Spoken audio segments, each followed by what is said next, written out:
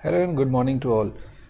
आपकी बोर्ड की एग्ज़ाम में सिर्फ और सिर्फ बचे कितने दिन? तो सिर्फ बचे एक दिन यहाँ पे बचा हुआ है। और जब हम बात करते हैं इस एक दिन का कितना बेहतरीन तरीके से इस्तेमाल कर सके, तो इसके लिए हमको पता होना चाहिए कि क्या बात हमें पढ़ना है और क्या बात नहीं पढ़ना है। समझ में आ रही बात? तो यहाँ पे जो हम देखते हैं कि पढ़ने की जब बात आती है तो हमारा टॉपिक मालूम होना चाहिए कि क्या सिलेबस है और क्या क्या पॉइंट हमारे लिए ज़्यादा इंपॉर्टेंट है। तो टॉपिक की बात करते हैं तो हमारा टर्म 2 के सिलेबस में आता है 3 हिस्से में। अगर पूरे सिलेबस को हम डिवाइड करते हैं तो पहला segment electromagnetic wave and optics का आता है।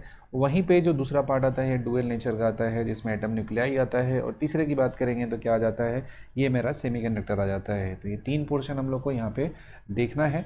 अब बात आती है कि इलेक्ट्रोमैग्नेटिक वेव एंड ऑप्टिक्स वाला जो हिस्सा है इसके कितने नंबर आते हैं? तो ये 17 नंबर का क्वेश्चन आपका इससे आएगा। और वहीं पे जब डुअल नेचर की हम बात करते हैं और एटम न्यूक्लियर को साथ ले लेते हैं तो यहाँ से 11 मार्क्स के क्वेश्चन आ जाते हैं। एंड फाइनली सेमीकंडक्टर की बात करते हैं तो कितने मार्क्स के क्वेश्चन आते हैं? तो सेमीकंडक्टर से 7 मार्क्स के क्वेश्चन आ जाते हैं। तो सबसे प्रायोरिटी में जो हमारा टॉपिक है वो इलेक्ट्रोमैग्नेटिक वेव एंड ऑप्टिक्स है। इसके सबसे पहले हमको कंप्लीट करना है। बहुत ज़्यादा मार्क्स का क्वेश्चन यहाँ से आपको देखने को मिलता है। So let's discuss about the very first topic electromagnetic wave. इसमें क्या क्या बातें पढ़नी है? देखो, बहुत ही आसान सा टॉपिक है, बहुत सिंपल सा है। कुछ कुछ बातें याद रखेंगे, एग्जाम में बहुत अच्छा नंबर ला सकते हैं। जिसमें सबसे पहला जो टॉपिक आता है इसका नाम है इलेक्ट्रोमैग्नेटिक वेव का डेफिनेशन। कि इलेक्ट्रोमैग्नेटिक वेव होता क्या है, उसके क्या क्या टर्म्स है, इलेक्ट्रिक फील्ड और मैग्नेटिक फील्ड किस तरीके से ऑसिलेट करता है, एंड ऑल जो भी उसकी बातें हैं उसे हमें यहाँ पे बात करनी है। नेक्स्ट पॉइंट यहाँ पे होता है, यह है इलेक्ट्रोमैग्नेटिक वेव स्पेक्ट्रम। ये किसकी बात करनी है? इलेक्ट्रोमैग्नेटिक वेव स्पेक्ट्रम का बात करना है। तो स्पेक्ट्रम क्या होता है, क्या क्या प्रॉपर्टी होता है, इसके बारे में देखना है हमको। और एंड द लास्ट वन, जितने टाइप के जो आपका इलेक्ट्रोमैग्नेटिक वेव का हिस्सा होता है उसका बात करना है स्पेक्ट्रम में। और इलेक्ट्रोमैग्नेटिक वेव का जो प्रॉपर्टीज़ होता है ये बात करते हैं।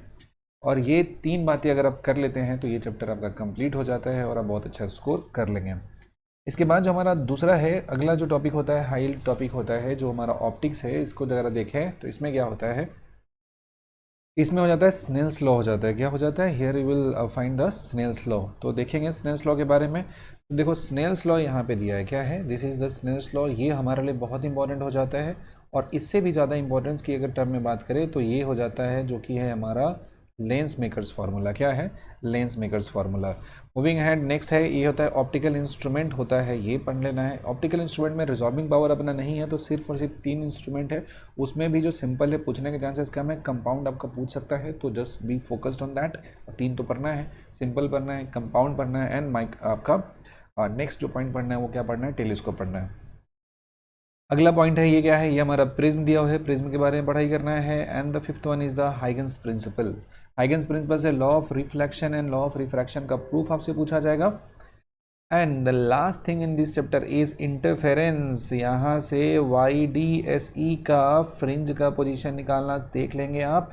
एंड जो सुपर पोजीशन है इसे आप देख लेंगे। ये 2 बातें देख लेंगे आराम से। इसका इक्वेशन वाला जो पार्ट होता है ये आपके एग्जाम के लिए बहुत ही इंपॉर्टेंट है।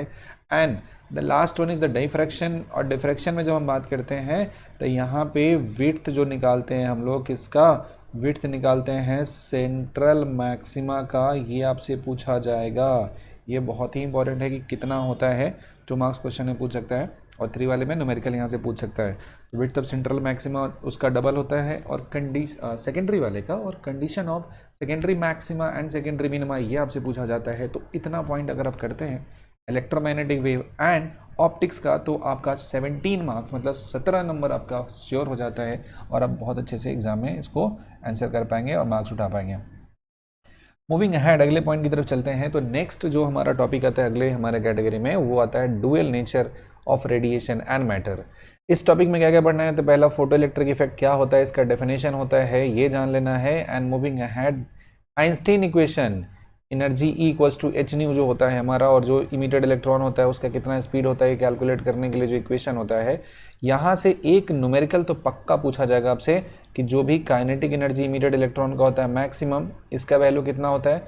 इंसिडेंट का एनर्जी हो गया एच न्यू और माइनस वर्क फंक्शन कितना हो जाएगा? फाई नॉट हो जाएगा। ये अगर लिख देते हैं तो क्या मिल जाएगा?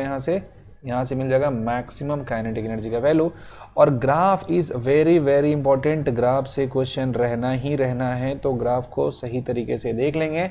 And the last part of this topic is h lambda equals to h by p, जो डी ब्रॉगली हाइपोथेसिस दिया हुआ है, डी ब्रॉय वेवलेंथ है, ये कैलकुलेट करने के लिए आपसे पूछा जाएगा। तो ये पॉइंट देखते हैं। तो ये टोटल 4 पॉइंट में पूरा का पूरा चैप्टर आपका समअप हो जाता है। इसे आप कवर करेंगे तो आपका एग्जाम बहुत अच्छे से चला जाएगा। आगे बढ़ते हैं, ये है एटम एंड न्यूक्लियाई। बहुत छोटा सा पोर्शन इसमें कवर करना है क्योंकि मैक्सिमम पोर्शन इसमें डिलीट कर दिया है। एटम की बात करेंगे तो जो टॉपिक है वो पूरा का पूरा पूछेगा ही, लेकिन आपका जो पढ़ाई करना है उसमें क्या करना है, सबसे ज़्यादा आपको ध्यान देना है बोर्स मॉडल पे। बोर्स मॉडल पे रेडियस का कैलकुलेशन, एनर्जी का कैलकुलेशन, दो बात पे ध्यान देना है। और बोर्स का जो पोस्टुलेट्स दिया हुआ है, बोर्स का पोस्टुलेट्स दिया है, इस पॉइंट को आपको देखना है, ठीक है। जब ये इतना कर लेंगे तो आपका ये जो चैप्टर है वो कंप्लीट हो जाएगा, मतलब बोर्स वाले सेगमेंट में बात कर लें। नेक्स्ट है एनर्जी स्पेक्ट्रम की बात करेंगे तो ये देख लेना है, जो हमारा लाइमन होता है, बामर होता है, पास्चन होता है, ब्रैकेट होता है, फूंड होता है, ये सीरीज किस में होता है, कौन विजिबल कौन आईआर, ये पॉइंट देख लेना है, किस में इलेक्ट्रॉन कहाँ से जम करता है, खत्म। तो ये जो पोर्शन था हमारा क्या हुआ, एटम। तो पूरा एट का पूरा जो एटम चैप्टर हुआ उसको दो टॉपिक के अंदर में हम डिवाइड कर सकते हैं। और वहीं बात करें न्यूक्लियस के बारे में बात करेंगे तो न्यूक्लियाई चैप्टर वाले में क्या देखना है हमको, फ्यूजन के बारे में बात करना है, फिशन के बारे में बात करना है। Nuclear fusion and nuclear fission के बारे में बात करना है, ये कैसे होता है, किस तरीके से आपको यहाँ पे दो रिएक्शन होता है। तो दोनों के एक एग्जाम्पल रख लेना है, दोनों के बेसिक पॉइंट रख लेना है, दोनों के इसमें डिफरेंस रखना है, दोनों का जो कंडीशन रखना है, एक में हाई टेम्परेचर चाहिए, एक में मॉडरेट हो सकता है। तो ये 5-6 पॉइंट दोनों में याद रखेंगे ना, मतलब 5-5 पॉइंट, 5 फ्यूजन का और 5 फिशन का याद रखेंगे विथ एग्जांपल, तो यहाँ पे काम हो जाएगा। And the most important thing is nuclear forces, इसका प्रॉपर्टीज आपको याद रखना है, because properties of nuclear forces भी आपसे पूछे जाएंगे कि बताइए क्या क्या होता है। स्टेबिलिटी न्यूक्लियस का जो होता है इसको एक्सप्लेन करने के लिए आपसे पूछा जाएगा, तो इसे देखेंगे आप और यहाँ से आंसर कर देंगे अपने इस सवाल को। तो ये हमारा न्यूक्लियस चैप्टर है, ये भी ये पॉइंट हमारा कंप्लीट हो गया। मूविंग अहेड, जो लास्ट चैप्टर है सेमीकंडक्टर, ये चैप्टर ऑल्दो पहले बहुत बड़ा हुआ करता था लेकिन मैक्सिमम पोर्शन को डिलीट कर दिया, तो बहुत ही छोटे से टाइम में, मुश्किल से 45 मिनट्स में अब सेमीकंडक्टर चैप्टर है, इसे आप देख सकते हैं, इसका क्विक रिवीजन कराएंगे। तो ये जो सेमीकंडक्टर चैप्टर होता है इसमें क्या पढ़ना है, 3 टॉपिक पढ़ना है। 3 टॉपिक क्या है, पीएन जंक्शन का फॉर्मेशन है, ये बात पढ़ना है आपको। उसके बाद जो होता है जंक्शन डायोड का कैरेक्टरिस्टिक्स होता है, इसके बारे में बात कर लेना है। जो वोल्टेज और करंट का ग्राफ होता है इसके बारे में बात कर लेना है। And the most important is, इससे क्वेश्चन आएगा ही, यही 3 बता रहे हैं हमको, ठीक है। तो ये जो तीसरा सवाल है इसमें कौन कौन सा पढ़ते हैं जी, एलईडी पढ़ते हैं, इसमें पढ़ते हैं सोलर सेल पढ़ते हैं, इसमें पढ़ते हैं हम लोग सोलर सेल पढ़ते हैं, और ये क्या पढ़ते हैं, ये पढ़ते हैं हम लोग फोटो डायोड होता है, ये पढ़ते हैं। तो टोटल 3 तरह का हमको ऑप्टो इलेक्ट्रिक डिवाइस है जिसके बारे में हम लोग को पढ़ाई करनी है। पीएन जंक्शन पढ़ना है, कैरेक्टरिस्टिक्स पढ़ना है, हमारा जो डायोड सिस्टम बनता है, एंड ऑप्टो इलेक्ट्रिक डिवाइस होता है, इसके बारे में बात करना है। तो इसके साथ जो सेमीकंडक्टर चैप्टर है हमारा वो भी कंप्लीट हो जाएगा। और सबसे क्विकली अगर किसी चैप्टर को आप कंप्लीट कर सकते हो तो आपका सेमीकंडक्टर वाला चैप्टर है। तो इस तरीके से इतना करेंगे तो आपका जो पूरा का पूरा सिलेबस है मैक्सिमम क्वेश्चन यहीं से आएगा और आप 35 मार्क्स स्कोर करने में सक्सेसफुल हो जाएंगे। So this was all from my end, thank you, bye bye and wish you all the best.